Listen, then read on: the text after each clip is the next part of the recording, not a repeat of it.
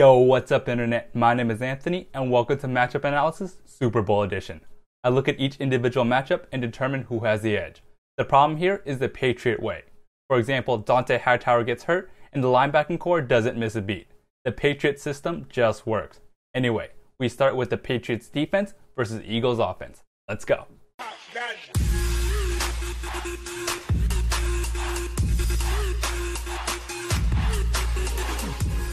We start with the Patriots defensive line versus Eagles offensive line. The Patriots defensive line is solid overall. They give up a lot of yards but keeps the team out of the end zone. Malcolm Brown and Trey Flowers are solid players. They fit into the Patriots system and just get the job done. The Eagles though have one of the best offensive lines in football. It sucks that Marcus Peters is out, but the offensive line still produces. The interior of the offensive line is amazing and Lane Johnson is one of the best right tackles in football. They were graded as the top line per Pro Football Focus and can take over the game. Simply put, for the Eagles to win, they must dominate and they have the advantage. For the linebackers, the Patriots have what I call interchangeable parts. They lost so many good players like Dante Hightower and they still produce. This group is typical of the Patriots. Individual parts aren't great, but they produce at a high level. The Eagles have plenty of running backs who all do their job well. Jay Ajayi is the most talented of the group, but they all fit into their roles perfectly. Blunt is the heavy hitter and Clement is a great passing down back. They're all talented and will produce on other NFL teams. The advantage here goes to the Eagles again. For the cornerbacks, the Patriots have two legit star corners. Malcolm Butler is a perfect fit in the Patriots system and Stephon Gilmore is extremely talented. The Patriots paid big money for a reason. These guys can shut down opposing wide receivers with their great play. The Eagles have wide receivers who have done better than expected this season. Nelson Aguilar, Torrey Smith, and Alshon Jeffrey form a good wide receiver core. The problem is, they haven't really produced with Nick Foles on a long-term period. The edge here easily goes to the Patriots with their top-tier cornerbacks. The next group is the Patriots safeties. Patrick Chung and Devin McCourty are good, solid safeties. Whether or not that has to do with the Patriots scheme is another battle. They cover really well and are just good players. They give up a lot of yards, but don't give up many points once in the red zone. The Eagles have lots of tight ends who play well, but Zach Ertz is the most important piece. Tight ends are the best weapon Nick Foles uses, especially in the red zone. Simply put, the tight ends must play well for this team to have a chance. I'm giving the edge to the Eagles here. It's really even and close, but I think Nick Foles will find success going to the tight ends. Lastly, we have Patriots defensive coordinator Matt Patricia. His defense is bend, but don't break. Lots of yards, but not a lot of points. He's a typical Patriots coordinator. He uses the pieces he's given and creates productive players. He will change his scheme and game plan to take away what the opponents do best. It's surprising that quarterback Nick Foles has taken the Eagles this far. I thought Foles wouldn't be able to win in the playoffs. He looked terrible in the regular season, but stepped up big time in the postseason, but at home. Ultimately, I think he's just not good enough to win a game against the elite team. The advantage here goes to the Patriots easily.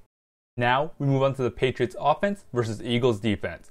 The Patriots offensive line again just gets the job done. They're not household names, but Dante Starnecchia gets the players to produce. They're solid and more importantly, protect Tom Brady. The Eagles counter with what might be the best defensive line in the NFL. Brandon Graham and Fletcher Cox might be the best in their respective positions. In order for this team to win the Super Bowl, the defensive line must get pressure up the middle. The Patriots offensive line is good, but the Eagles have one of the best. Advantage Philly. In the running backs, the Patriots are a lot like the Eagles. A bunch of players who fit into their role perfectly. Deion Lewis and James White are perfect pieces in the Patriots system, creating mismatches left and right. They might not make a Pro Bowl, but they will be big time. The Eagles linebackers are underrated. They do their job well, and I really like Bradham at linebacker. They're solid, but the edge here goes to the Patriots. The running backs will create mismatches, and Tom Brady will make sure they're in a position to succeed. In the next matchup, we have the Patriots wide receivers. Other than Brandon Cooks, I think they're more of a product of their system than actually being good players. But Danny Amendola has been clutch. Cooks will get his, but everyone else just works in the system. Amendola will need another big game to take the pressure off of Gronk. For the Eagles, Ronald Darby hasn't performed as expected, but that can be due to injuries, and Jalen Mills can be had on the double moves. But I think they're pretty solid overall.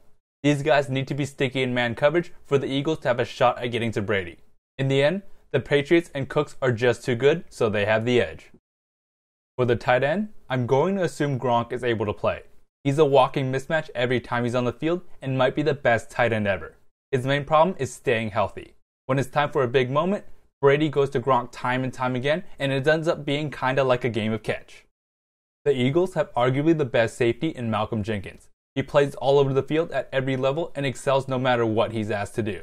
This is the best individual matchup of the game. Gronk will be just too much for anyone to handle, so I have to give the edge to the Patriots. At quarterback, Tom Brady is the greatest of all time.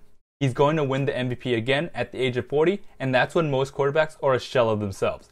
Brady reads defenses easily and will be able to adjust and dice up any defense. He's mastered his offensive system and will exploit any mismatches. There's nothing to be said about Tom Brady that hasn't already been said. Jim Schwartz has this defense rolling.